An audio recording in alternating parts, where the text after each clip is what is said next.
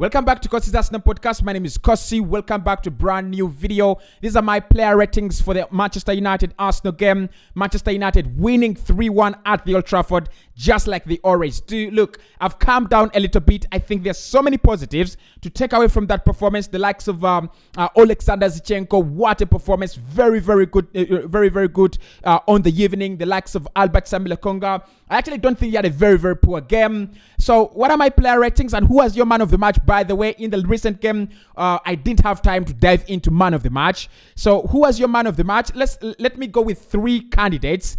In this one, Alexander Zinchenko, I think he had a very, very good performance. So we can't go for him, man of the match.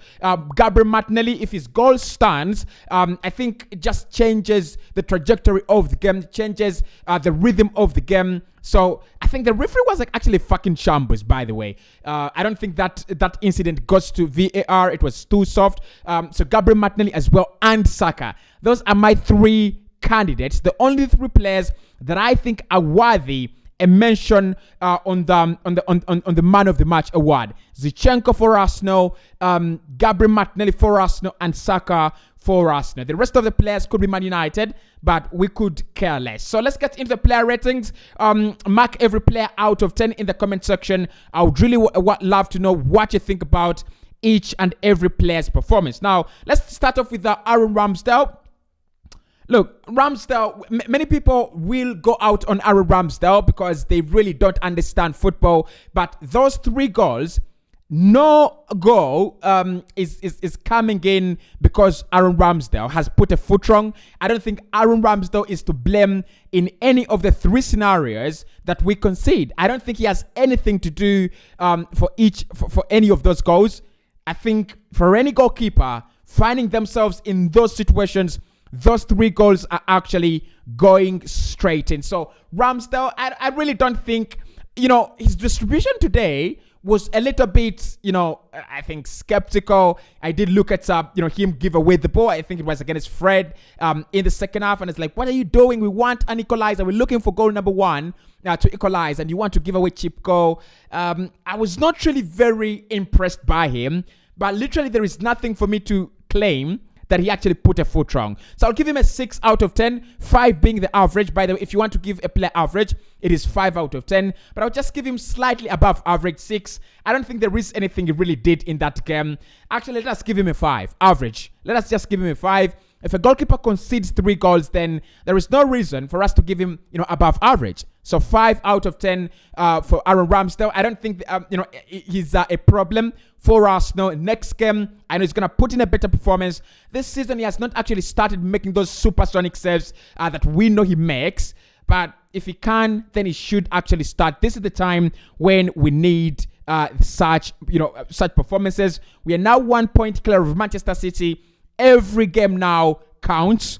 Every game matters. So Ramsdale, 5 out of 10. I don't think he was, horrendous. I don't think he put a foot wrong.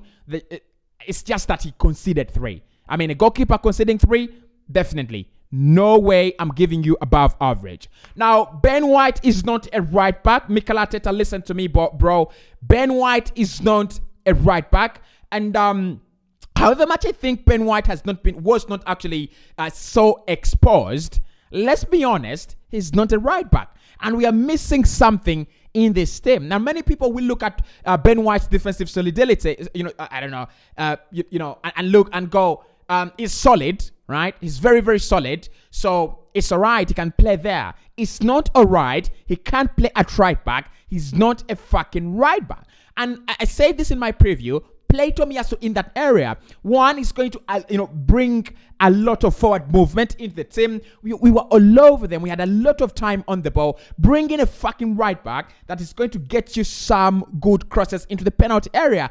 Please, Mikel, Ben White for the last time, crying out loud, is not a right back. I'm going to give him a 3 out of 10. I don't think, look, I think I've given him average, 5, 6, 7, enough. Let's give him 3. Let me just go with a 3 out of 10. I don't think he has, defensively, he's fine.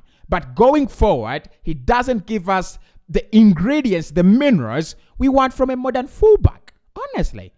Play Tomiyasu there. I think he's absolutely not quite up to the levels of Trent Alexander-Arnold and the likes of Reece James. But if you play him there, you have something different. He's gonna wrap his foot around a couple of balls, bring in those decent deliveries. He's kind of a right back. He's kind of a right back. At least he's played more, much longer as a right back than Ben White. So for me, Ben goes with a 3, out of 10. I just feel like we were too exposed at the back. Also, I just feel like we were too exposed at the back. William Saliba today, they played the high line with Gabriel Magalhaes. The communication was a little lacking, and I was not impressed with William Saliba, honestly. Now, I'm not going to be this guy who just comes out deluded. Yeah, William Saliba, the best centre-back in the world, the best centre-back in Europe, 9 out of 10. Saliba, Gabriel Magalhaes, not a good performance today.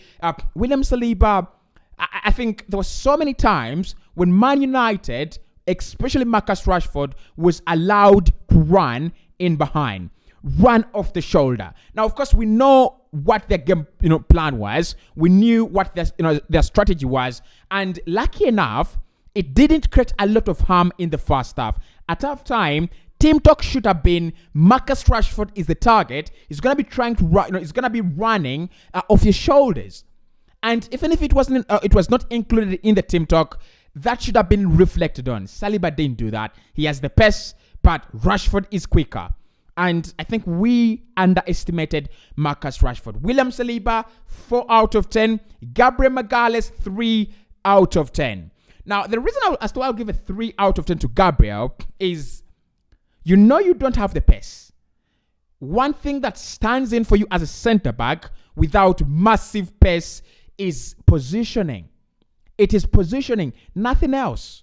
His positioning was absolutely horrendous. He was actually playing players onside. He was playing Man United players in transition onside. You don't want that.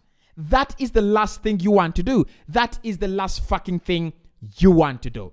Playing your rivals, playing your opponents onside. His positioning was actually, was absolutely horrendous. And I think 3 out of 10 is just enough. Alexander Zinchenko, 8 out of 10. It's going to keep on getting better, and it's going to affect many more Arsenal games. And the decision by Mikel Arteta to take him off the pitch, I don't understand. I just don't get those substitutions, guys. I just don't get the substitutions. We'll talk about it. But the substitutions, I don't understand what he's trying to do there. He's taking off Alexander Zinchenko. He's taking off Martin Odegaard. And he's taking off Albert Sambi-Lokonga. Literally, those were our best players in midfield. And he brings on Edin Ketia, Emile Smith-Rowe, and Fabio Vieira. What is he trying to do? What was he trying to do? If you want dominance, this is where he gets it wrong. Arsenal dominated the game because Odegaard, Zinchenko, and Lokonga held the best of the midfield firm. And then he took 3 of them out of the game. Was he trying to win that game?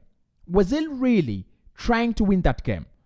I don't know, but for me, Alexander Zinchenko, absolutely fantastic. I'm fascinated. I'm really, really fascinated. I'm looking at this guy, and everything we thought he would bring to this Arsenal side, he's actually brought it.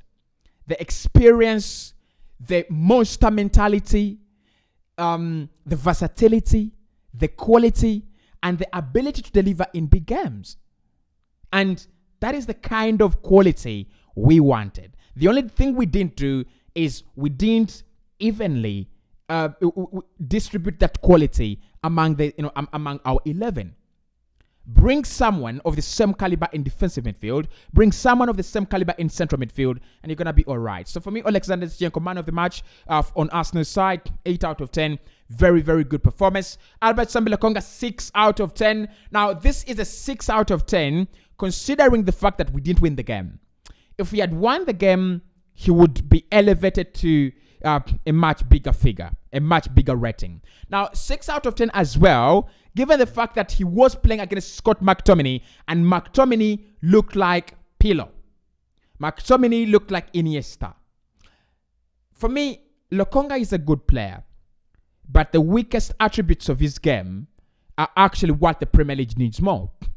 Tackling, speed, aggression, relentlessness, and, all that. What he's lacking is what the Premier League demands. The passing is all right. The distribution is all right. The passing accuracy is all right. But you need the rest of the other attributes as a defensive midfielder. He should be watching Lodri. He should be watching Fabinho clips. He should be looking at those guys and understanding this is my job. These are the key requirements for my job. 6 out of 10. I don't think he really played poorly. Granit Xhaka 5 out of 10. Now, when you play in a double pivot with Lokonga, I expected Xhaka to step up just like he did against Aston Villa. Remember Villa? We said he was man of the match against Aston Villa, and we said his performance was absolutely remarkable. So today, his performance has been below average. And that is my point with Granit Xhaka. You can never get 100% out of him. You can never get, those consistent performances, out of him. He's always gonna drop off the cliff somewhere. I don't want to pick him. I don't want to pick him. Pick on him because I don't think again he was absolutely horrendous. But his performance today below par. Anonymous, just disappeared. Even when we were, when we were in possession, even when we were on the ball, he actually didn't put it to good use. Nothing, absolutely nothing. So for me, Xhaka, 5 out of 10. Odegaard, 6 out of 10. Should have scored. Take your chances. We've talked about that. Keep your calm. Take your chances in the penalty area. If he scores that goal, it becomes 2-2. It becomes 2-1, right? Doesn't it? It becomes 2-1, and that changes the trajectory of the game. And in such games, it is such decisive moments that break the opponent. And apart from that, I don't think Odegaard was actually fit. I don't think he was 100% fit. I just give him a 6 out of 10. But I don't think that was the best performance we could get out of him. Saka, 7 out of 10. Now, this has been Saka's best performance, followed by the Crystal Palace performance on opening day. The rest of the games in the season has been absolutely quiet. And you know what I love about Saka? When this Arsenal team is out of ideas, he's the guy. And I remember I told you, he's the guy. When Arsenal are stranded, when we are stuck in the mud, he's the guy to pull our boots out of the mud. The monster mentality of this boy continues. The goal he scored is just a symbol, a simple symbol of the hard work he actually puts in, of the unstoppable running, the unstoppable runs he was making. He ran all the time. And I think people will focus on Gabriel Martinelli today, but Saka was the better player of the two. So Saka today, 7 out of 10. Gabriel Martinelli, 6 out of 10. I'm going to say if he gets the goal, which I think should stand, I think his goal should stand, the finish is class. The finish is absolutely class. And that is what you get from a player like Martin Odegaard. Like Gabriel Martinelli. So the goal is disallowed. But I think that is when you work harder. That is when you try to make, more things happen. But after that incident of the goal, he was appearing and disappearing in the game. He was not constantly performing well. I thought he would give a lot of trouble to, the United fullbacks. I thought he was going to give a lot of running to Lisandro Martinez. He literally didn't do that, especially in the second half. And was not really satisfied. But 6 out of 10 will actually do. Gabriel Jesus, 7 out of 10. Now, Jesus, even when you look at the goal that we actually score, Jesus has a key role in that goal. My problem with Gabriel Jesus is going to be one. Make the run so that the likes of Odegaard, the likes of Xhaka in the midfield will have something will have someone to feed. Because Odegaard, Xhaka, Lokonga, the midfielders thrive on those through balls. That is what they thrive on. And when you don't have a striker who makes those runs off the shoulder like Rashford was making, and that is why Eriksen today has been a better player, because he's been able to find the runs and the intended runs of Marcus Rashford. Gabriel Jesus should be doing more of that. Trying to lean in, onto that, onto that back line and try to run in behind so that Odegaard has something or someone to feed through. The through balls are never going to happen if the striker doesn't seem like making a run. But I thought he was okay. He was absolutely fine. 7 out of 10. Now, the substitutions, Edin Ketia, 5 out of 10. Fabio Vieira, 5 out of 10. Emil Smith-Rowe, 3 out of 10. I disagree with Emil Smith-Rowe coming on in this game. He was coming to do nothing. He was absolutely coming to do nothing. Why was he coming on? Why exactly was Emil Smith-Rowe coming on? With Edin Ketia, I understand you're introducing a second striker because you want to go. So that is understandable. You're taking off Odegaard because he's not looking fit, and you're bringing on another creative midfielder like-for-like substitution in Fabio Vieira. That I understand. How is Emil Smith-Rowe guaranteed to come on? Why is he coming on? How is it justifiable for him to come on? I don't think it is. I don't think it is anywhere close for him to come on. It's not anywhere close to being justifiable for him to come on. And that absolutely disgusted, that substitution disgusted me, and it let me down. For me, and the substitutions actually let Mikel Arteta down. And that takes us to Mikel Arteta. Now, rating Mikel Arteta here is not that easy, because the game plan was about dominating Man United, and we did that. Correct. We got a goal through that. Correct. But we forgot to cover the loopholes. All right. And the substitutions that he made were absolutely fucking dangerous. That is barbaric. That is so conventional. Like, don't just act of instincts. Look at the game. Just look at the game and see, Zinchenko is doing well, Odegaard is not doing well. Odegaard comes on, Vieira comes off, Vieira comes on. Do that for a minute and see how it works out. Then bring on Edin Ketia as a second striker, as looking for a second goal. That, I thought that is what he should have done. But bringing in 3 substitutions, just changing the whole game, I don't think it worked out. I really don't think it worked out. His substitutions fucked him, honestly. His substitutions absolutely screwed him. So I'm gonna say, let's give Arteta a 7 out of 10, because regardless, we played good football, we played entertaining football, and we looked like a decent team. We looked like the better team, and it's just a matter of polishing. I don't know when we will do the polishing, but it's just a matter of polishing. One thing I'm happy with Arteta here is he has also decided that, look, I'm the manager of Arsenal Football Club. I'm not going to panic. I will play my own game. That is brave. That is smart. That is absolutely smart. And I'm happy with him. Like many people will say, because what? No, I'm happy with him. I'm really, really happy with him. A manager that decides to go brave, a manager decides that I will play my own game and I will hurt the opponent. And he has just made Arsenal one of the best teams in the Premier League. One of the most dangerous teams in the Premier League to play against. Because this United side knew how we were going to play. But then again, it was a problem. Because they knew how we were going to play, but stopping us from playing in that particular way was a problem. I'm just too excited for the second leg of this game at the Emirates Stadium. We will be much better. United will be much better. And may the best team win. But for now, those are my player ratings. I hope I've been fair. I hope I've been well.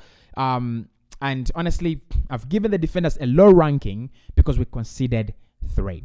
Remember to follow me on Instagram, Kosi_19, Twitter, Kosi Arsenal. Kosi Arsenal podcast on YouTube, 90 more on YouTube as well, and TikTok, Kosi Talks Football, and of course 90 more, and the 90 more clips. We'll see you very, very soon as we react to Mikel Arteta's press conference and the 6 things we learned. Don't forget my VAR rant is coming out very, very soon as well.